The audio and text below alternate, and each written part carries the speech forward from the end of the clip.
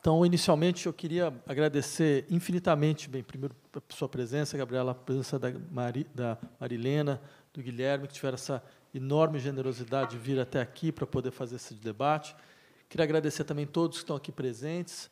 Né, para mim, também é uma grande felicidade a presença de vocês aqui, né, que espero que a gente possa fazer um debate com várias questões e também com toda a interação necessária. Bem, aproveitando a tua questão, eu diria inicialmente o seguinte, bem, eu quis primeiro assassinar um livro.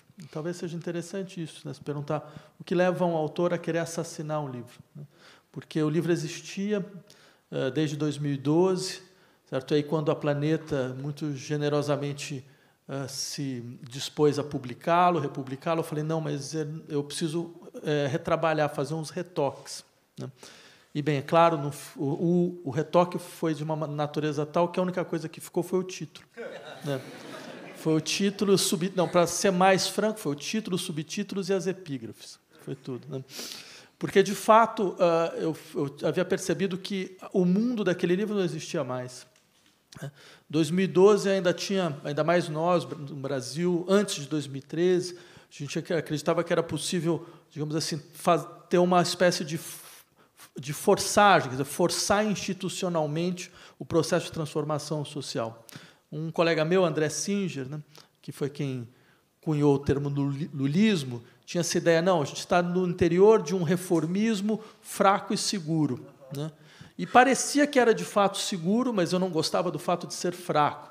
Então, eu achava que a gente tinha como um pouco a nossa função tentar acelerar o processo. Mas ele se demonstrou completamente inseguro. Né? E todas as grandes conquistas foram suspendidas, foram suspensas. Né? E não só isso, não foi só o Brasil que passou por todo esse processo, que ele se descobriu como tendo, no fascismo nacional, um elemento constituinte da sua história. Porque aí é uma questão que me tocou muito enquanto professor. Nós fomos treinados, no sentido mais forte do termo, para não ver o fascismo como um elemento constituinte da nossa história, mesmo na universidade. Foram raras as vozes, sei lá, Marilena fez um trabalho muito pioneiro sobre o integralismo e a sua ideologia, mas isso era muito raro, esse debate não estava dentro do nosso horizonte. Né? E a gente viu que não, que isso era um elemento constituinte da nossa história, um movimento de massas enorme. Quer dizer, eu fui levantar um pouco os dados. Na verdade, nos anos 30, a Aliança Integralista Nacional era o maior partido fascista fora da Europa. Ele tinha 1.200.000 membros. Né? Eu tenho certeza absoluta que todo mundo aqui, que está aqui sentado nessa sala, se começar a procurar um parente, vai achar um integralista. Eu, por exemplo, tenho certeza absoluta que acharia, por isso que eu nunca fiz. Né? Faço questão de nem saber. Assim, graças a Deus, tenho mais desinteresse. Mas isso acho que mostrou não só uma fragilidade estrutural da sociedade brasileira, mas a gente viu como a gente estava no compasso da desagregação mundial. Então, foi o mundo inteiro que começou a entrar dentro de uma órbita que a gente vê agora, que é, na verdade, a órbita de uma transformação da guerra civil permanente, como um modelo de governo. A gente vê isso no dia a dia. Né? E eu insistiria que talvez isso mostre uma coisa muito séria, que é por que a gente não viu? Acho que é porque a esquerda não tinha uma dimensão das crises que nos esperavam. Né? A gente teve um mau diagnóstico das crises que nos esperavam. Né? Então, daí essa necessidade de falar, olha só, não só nós morremos porque a gente achava que era possível gerenciar as crises do capitalismo, e essas crises são ingerenciáveis, e a gente nunca teve isso no horizonte de ser o gerente dessas crises, ao contrário, a gente queria mais que as crises se acelerassem, mais no sentido de abrir espaço para uma transformação estrutural. Né? Dizer, não só a gente não estava preparado para isso, né? Mas também para que a gente pudesse recuperar essa força, era necessário, digamos, assumir de uma vez por todas que um certo ciclo tinha terminado. Assim, o meu hegelianismo empedernido me fez acreditar que morre-se de várias formas, na verdade. Né? Você pode morrer de várias maneiras. E uma das maneiras de morrer é você morre como na esperança de que é uma maneira de você dizer, não, eu não faço parte desse processo. Esse processo, eu não vou me implicar nesse processo. A minha energia, a minha força, eu guardo para outra coisa. Eu vou tentar outra coisa. Né? Eu vou tentar um outro, por mais complexo que a gente saiba que é essa outra tentativa, por mais difícil que a gente saiba, ninguém aqui tem um espontaneísmo primário para imaginar que novas forças vão aparecer do dia para a noite, mas esse processo ele precisa começar, né? Esse processo de médio e longo prazo precisa começar. E, a partir do momento que ele começa, ele vai poder se fortalecer. Mas, enquanto ele não começar, vai ser impossível que a gente consiga criar uma alternativa mais potente para os desafios que virão. Acho que eu vou passar primeiro para a professora Marilena Chauí, porque eu estou anotando, tá, gente? Eu não estou fazendo fofoca no celular, só para esclarecer aqui. Mas a gente não tinha essa dimensão das crises que nos esperavam? Assim, o professor falou, né? Foi um trabalho feito em 2012, ficou só o nome, até porque a gente não imaginou que em 2013, né, a gente teria junho de 2013, que desembocaria em tudo o que a gente viu e a extrema-direita se lançando como essa força. Aliás, tem um ponto que o professor Vladimir Safatli traz, que ele diz que é a extrema-direita e que, infelizmente, vou ressaltar isso, infelizmente, a extrema-direita é a única força revolucionária que a gente tem hoje. Assim, eu acho essa frase assim, uma boa provocação para te passar, professora. Como disse o Vladimir, eu fico muito impactada com a republicação do livro, com as revisões que foram feitas, por dois motivos. Por um lado, porque, para a gente poder pensar uma alternativa e entrar no campo de luta novamente e com força, eu estou convencida de que é preciso passar uma análise da sociedade brasileira, né? Como uma sociedade autoritária, violenta, hierárquica, destrutiva. Porque, se nós não passarmos por dentro da questão da sociedade brasileira, nós vamos correr o risco de pensar em termos do aparelho de Estado, que vamos fazer com relação ao aparelho de Estado, né? E eu penso que eu quero me demorar um pouquinho nisso daqui a pouquinho. A proposta do Vladimir não passa por aí, que vamos fazer com o aparelho de Estado. Não é essa a proposta. A proposta é como é que nós vamos lutar por uma outra sociedade, por um outro mundo, né? E, então, para fazer isso, eu acho que a gente precisa, e eu passei praticamente toda a minha vida fazendo isso, entrar de cabeça na estrutura da sociedade brasileira, analisar isso, denunciar sempre que fosse possível, de vez em quando com tiradas que viraram um negócio, chama meme, eu acho. Que é, eu odeio a classe média. Eu odeio a classe média.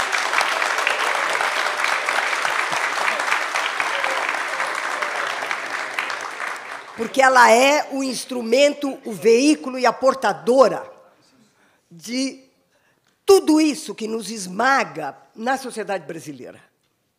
Por outro lado, eu acho que a colocação do Vladimir é essencial, esse livro é essencial, porque nós participamos, e eu participo, de uma tradição de esquerda que tinha o horizonte da classe trabalhadora, uma determinada classe trabalhadora, aquela que se formou, sobretudo, sob a ação do fordismo, né? E essa classe trabalhadora desapareceu. E, portanto, o nosso interlocutor político é um interlocutor novo, que a gente ainda não encontrou direito. Porque o que mais me fere é o fato de que, institucionalmente, a sociedade brasileira estava prontinha para o mundo neoliberal. Prontinha. Foi um casamento feliz com lua de mel, né? E a presença do neoliberalismo é a presença não só do esfacelamento da classe operária, da classe trabalhadora, sob as formas do toyotismo e da fragmentação total, né, do trabalho, mas também sob a forma totalitária que isso assumiu, de que há uma única forma de relação econômica, social e política. Isso é totalitário, dizer que essa é a única forma, e que é a da administração como empresa, é o mundo da empresa, né? Então, a escola é uma empresa, a casa é uma empresa, a igreja é uma empresa, o hospital é uma empresa, e cada um de nós é um empresário de si mesmo, num calvinismo tardio, né, em busca da predestinação e da salvação. Então, por que o livro do Vladimir é tão importante? Ele é tão importante porque ele nos leva em busca do interlocutor do livro. Quem é o interlocutor? E por que essa questão de saber quem é o interlocutor é tão importante na minha perspectiva? Que é o seguinte. Eu acho que o Vladimir recuperou o sentido clássico, eu diria o sentido aristotélico e estoico do conceito de possível. A gente está acostumado a ouvir a frase de que a política é a arte do possível e que o possível é aquilo que dá para fazer, né? Nós estamos vendo, é o que dá para fazer. Vou gerenciar a crise do capitalismo me considerando de esquerda, porque isso é o possível, é o que dá para fazer. Ora, classicamente, o possível não é isso. Quando Aristóteles distingue entre o necessário, o contingente e o possível, ele diz: o necessário é uma causalidade inelutável. É aquilo que é assim e não poderia ser de outra maneira. O contingente não é ausência de causa. O contingente é o instante em que duas séries causais independentes se encontram. E é esse encontro das duas séries causais. O exemplo clássico que é dado é Sócrates ia para o mercado. No caminho encontrou Cállicles, que ia para a sua propriedade. Nesse encontro, Cállicles pagou uma dívida que ele tinha com o Sócrates. Então, a ida do Sócrates ao mercado é causalmente determinada, tem uma finalidade, a do Cállicles também. O que não estava previsto? Que eles se encontrassem, né? Então, o contingente é o encontro de duas causalidades. Mas, no caso dos seres humanos, tem o possível. E o possível não é o que dá para fazer. O possível é definido como aquilo que nós podemos fazer, que é diferente do necessário, sobre o qual nós não temos poder, e é diferente do contingente, que nos atinge. O possível é aquilo que nós podemos fazer. Então, não é o que dá para fazer, é o que temos o poder de fazer. E esse livro é isso. Esse livro é a nossa abertura ao possível. Nós devemos isso a você, Vladimir, nesse horror que estamos vivendo. E não só aqui.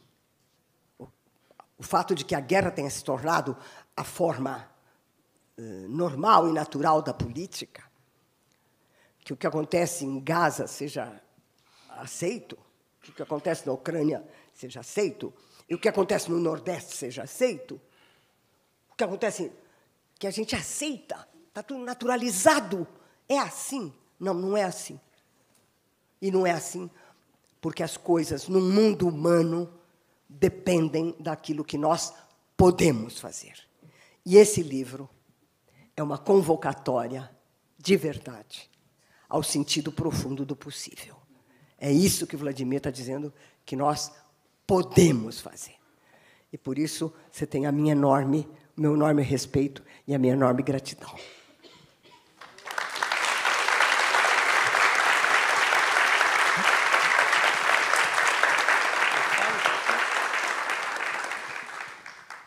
Fica à vontade, professor, se você quiser comentar em cima e na sequência eu posso passar. Tem uma coisa que eu gostaria de falar mesmo. Bem, primeiro, muito obrigado, Marilena, por tudo isso. Até porque, quando eu comecei a reescrever esse livro, eu lembrei muito de uma situação da qual a gente partilhou, na verdade. E, com certeza você deve lembrar, era 2018, logo depois da eleição do Bolsonaro, né? E estava todo mundo atordoado por causa da eleição e todo mundo muito assustado, porque houve casos de assassinato, a gente não sabia até que ponto iria a violência. E eu não sei se você lembra, eu falei para você, Marilena, vamos fazer um ato na USP, porque eu acho que a gente precisa. Aí você perguntou, você acha que é seguro? Eu falei, não. Você falou, mas vamos fazer assim mesmo. Eu falei, porque eu acho que se a gente não for a gente para fazer isso, vai ser ainda mais difícil. Né? E a gente acabou fazendo isso, apareceu, não sei, 1.000 pessoas, qualquer coisa assim. Foi um dos primeiros atos contra o governo. E não por outra razão, a universidade foi um dos eixos mais importantes dessa luta. O que parece, num dado momento, impossível, né? Digamos, não só impossível, mas imprudente, né? No campo da política, muitas vezes, é para onde a gente precisa ir mesmo, né? Porque isso dá às outras pessoas... Muitas vezes as pessoas estão simplesmente só esperando esse sinal, né? Estão só esperando essa imagem de que, não, veja, dá para ir, né? E mesmo se for difícil, mesmo se a gente tiver... Porque ninguém acha que isso vai ser um processo simples, né? A gente tem uma obrigação para com as próximas gerações, né? Eu acho... Talvez a gente não vá ver uma enorme transformação revolucionária nas nossas vidas, mas isso não faz a menor diferença, porque já segurar as armas para gerações vindouras já é uma tarefa muito importante, né? E se essa tarefa aqui nos cabe, então é que a gente faça bem, né? Acho que, como você bem colocou, quer dizer, tem um horizonte que nos foi roubado no campo da política, né?